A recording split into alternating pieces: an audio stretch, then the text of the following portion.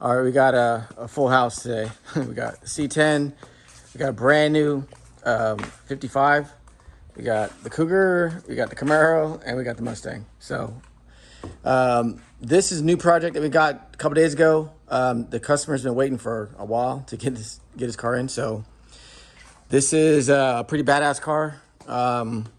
It has a lot of cool parts on it. It's a big block Chevy. It's a 555, I believe. Nice wheels, a lot of fab work. Big old fat meats in the back. Pretty sick. It just basically it's ready for paint. So the reason why it's here is because the geometry for the steering is not been optimized. So basically we got the steering rack mounted, what do you think, 4 or 5 inches in front of the spindles, so that when he turns, one wheel turns like 30 degrees more than the other. So when it's locked out, it looks ridiculous. Falls on itself. Pretty much. So basically what's happening is when the wheel is turning inward, so basically this way, basically straight. so yeah, this lines up with this and just basically turns straight. And then this one, and it basically just, the last second, it just sweeps pretty far in.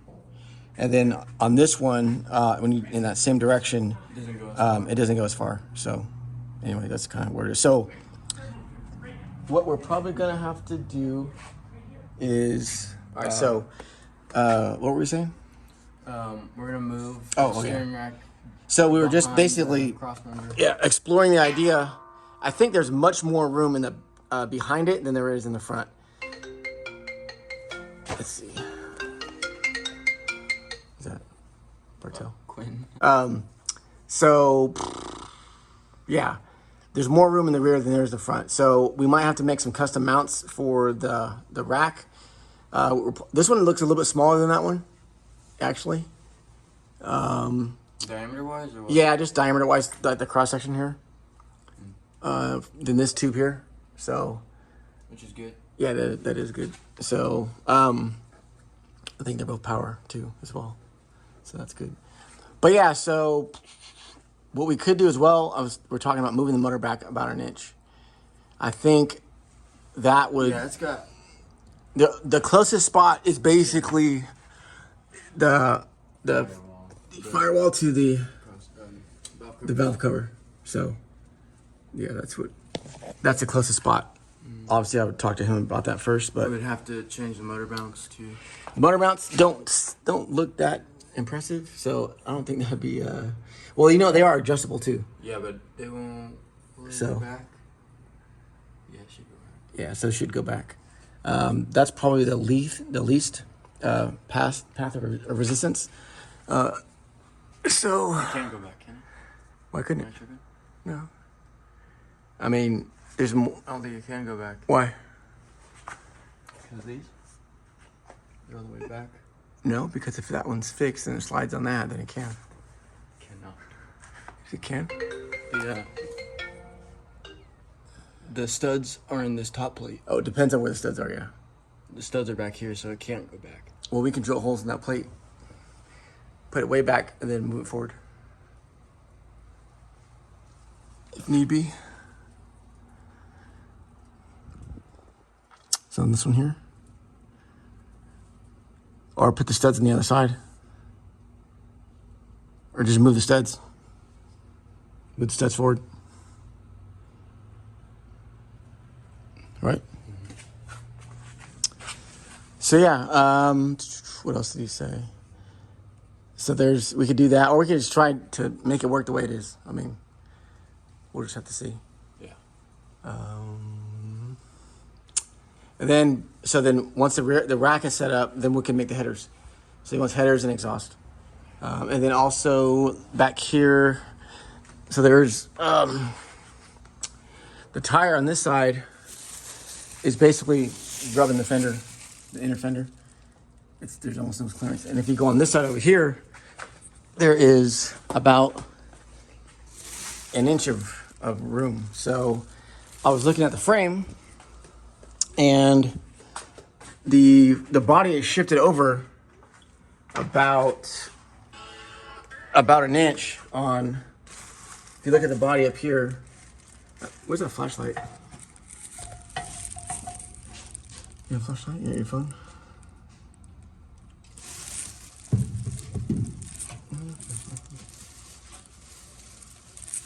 Let's see here. Yeah, right there. So you can see the inner fender is about an inch inboard of the frame. But if you go to this side over here, it's actually basically line to line with the frame. You can kind of see. Yeah. So it's shifted over quite a bit. That's why the wheels are not aligned. Also, the tire to the fender on the other side has no gap. Yeah, no, that's what I was talking about earlier. Like right here. There's no gap. So that needs to be addressed. Just moving the body over. Which is weird why it's that far off, but whatever it is. But that could be done on the 2-post on this. You can lift the body off and move it. Yeah, that's fine. Yeah, and then go do it after that. So, because it actually is pretty straight in between the frame rails. So, and then the gas tank straps need to be fastened and the strips need to be put in place. Other than that, I think that's it. Actually, it's only gonna be half that distance. So you're not gonna move it over an inch this way. It'll only be like a half an inch. So it shouldn't be. Here's the mount there. So it shouldn't be too bad. But the biggest thing is gonna be the rack. So we should. We'll put the first thing we'll do is move the spindles, the arms, to the back of the spindle. Yeah, flip them. Yeah, flip them over, and then we can start setting up the rack. And so these unbolt, I believe. Yeah, they unbolt. So that should be pretty straightforward. Just move them on the other side, and then go from there.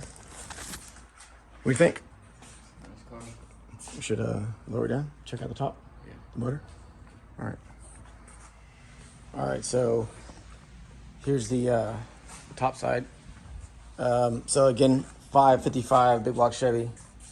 Pretty beast of a motor. We can kind of see how much space we have up here. We absolutely had to move it back about, a quarter inch or so. But we could also trim the valve covers and do all that. So, yeah. So it's pretty good. It's funny because they did a lot of work to get this to work up here, and it's still too far away. The better shot would be if you look straight down. See how far how aggressive that angle is, and the wheel straight basically. So, but yeah, the car is super clean. It's really nice. It's real nice.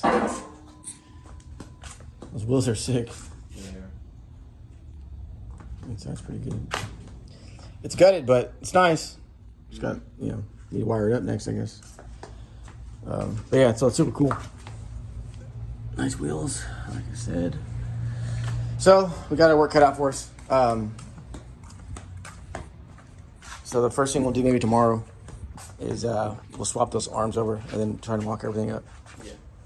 My guess is this project's going to require some plasma cutter activity because the big bar, the bracket that they have is too big. It's right here. That's to mount the rack, but there's just too bulky. There's just too much space there. So I'll have to probably make something more sleek. It's probably cheaper to make something new than try to make that work. Unless there's space for it. I don't know if there is. So we'll have to see. We will have to see. I think this body scooted over. So yeah, that's kind of what it is. Another thing I noticed is there's a lot of shims on this side over here. That's kind of weird. There's only a couple on that side. I did notice that too. I just didn't realize that they were both different. Yeah, that's interesting. Wonder why that is. Not exactly sure. But nevertheless, we're gonna get it figured out. So yeah. Any thoughts?